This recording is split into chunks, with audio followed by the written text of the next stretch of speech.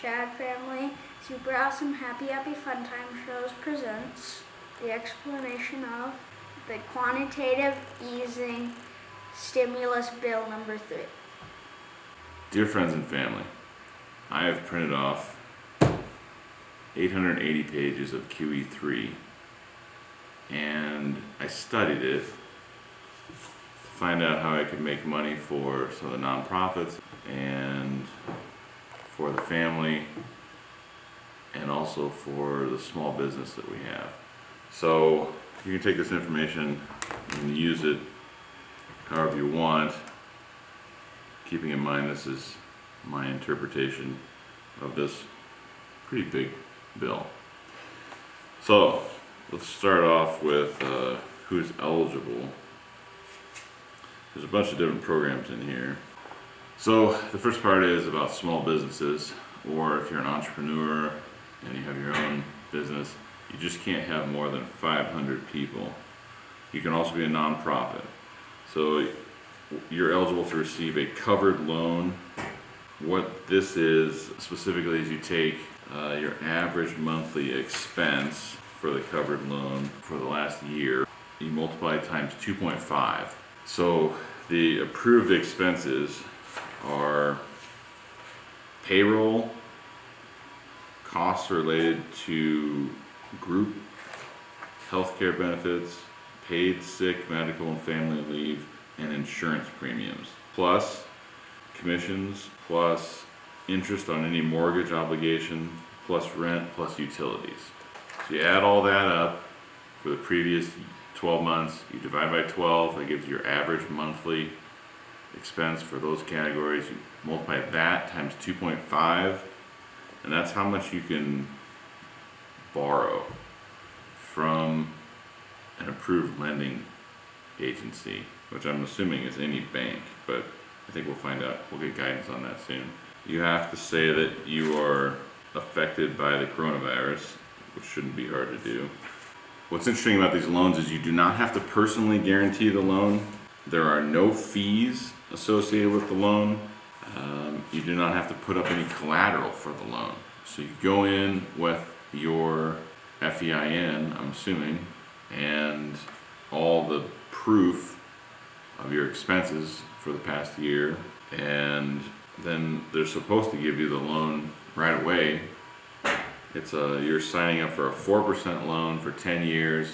If after the 2.5 months you spend all that money on approved expenses, according to section 1106, get the loan forgiven. When you get the loan forgiven, you have to provide documentation. You have to provide payroll tax filings, state income payroll, and unemployment insurance filings, documentation including canceled checks, payment receipts, transcripts of accounts, anything proving that you spent it at those approved categories. And then you have to produce a certificate that says that you did everything, that everything you did is true and correct. I'm sure you have to sign that. And if you don't provide that paperwork, you don't get the loan forgiven. So we want to make sure you pay attention to that.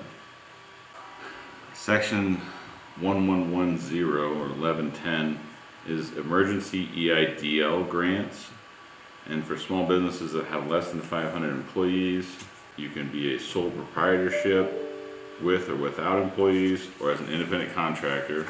Any private nonprofit organizations also qualify. You don't have to be in business for a year. This grant is a $10,000 grant. It says, approve an applicant based solely on the credit score of the applicant and shall not require an applicant to submit a tax return or a tax return transcript for approval. You could also use alternative appropriate methods to determine the applicant's ability to repay, but it's a grant. So as far as I'm understanding, you don't have to repay it. Economic injury disaster grant, and you just have to use the money for the same stuff as the last loan, but this is a grant. Rent, mortgage payments, maintaining payroll. It says on page 70, line 11, an applicant shall not be required to repay any amounts of the advance provided under this subsection. So there's that $10,000 grant. So then we get to unemployment insurance. If you're a covered individual, which means someone who got COVID-19, if a member of your household got COVID-19, if you are taking care of a child that cannot attend school because the school closed due to COVID-19, if there's a specific quarantine, if your office gets shut down because of COVID-19, if you're unable to work because the government tells you you can't work because of COVID-19, if you have the ability to telework with pay, you do not qualify. If you're receiving paid sick leave or other paid leave benefits, you do not qualify. So what is applicable is you are qualified for assistance and you are considered a covered individual beginning January 27th, 2020 and ending December 31st, 2020. So it's retroactive. The total number of weeks you can receive the money is 39 weeks. And what's interesting about this is you get the regular unemployment insurance plus $600 for what they're calling federal pandemic unemployment compensation. So potentially you're going to get, if you make less than $24 an hour, you'll make more money on unemployment, potentially, for 39 weeks.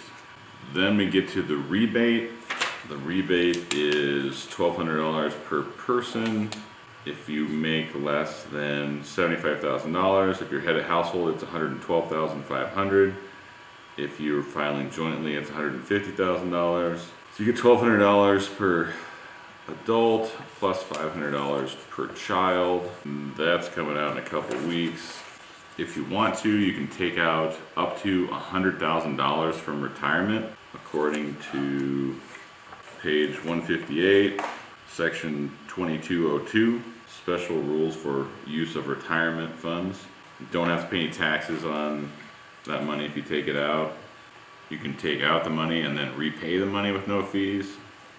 If you wanted to do this, I might talk to your retirement person. This seems pretty complicated. But according to section 2301, page 178, if you're an eligible employer, and that would be any employer that has been affected by COVID-19, there shall be allowed as a credit against applicable employment taxes for each calendar quarter an amount equal to 50% of the qualified wages with respect to each employee of such employer for such calendar quarter.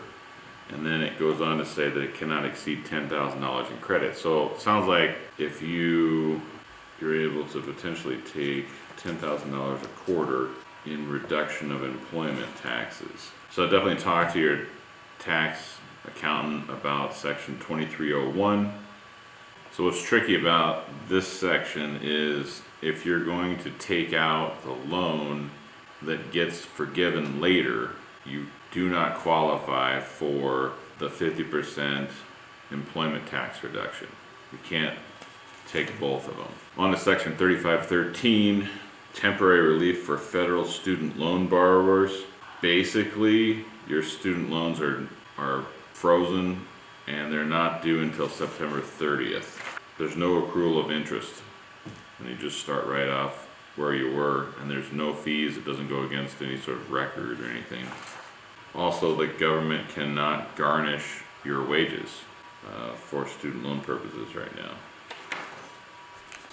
Sort of on an interesting note, according to section 3702, menstrual products are now qualified medical expenses, and you can run them through an HSA.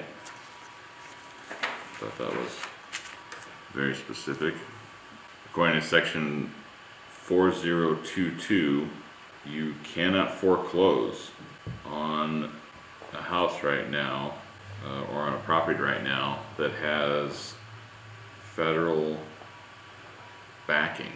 So if the mortgage is through a federally backed program, you can't foreclose on it. If your loan is federally backed, you can get forbearance for 6 months, and there's no penalties, there's no fees associated with it. All you have to do is experience a financial hardship due to COVID-19. Sort of along those lines, according to section 4024, you cannot evict someone if you have a federally backed loan on the property. That was everything that I thought that anybody could take advantage of. The rest of this stuff it's just, there's so much money in here for name a government agency. It's silly. A lot of them have grants associated with them just to help with a future pandemic, or how we could have done better, these kind of things, just for COVID-19.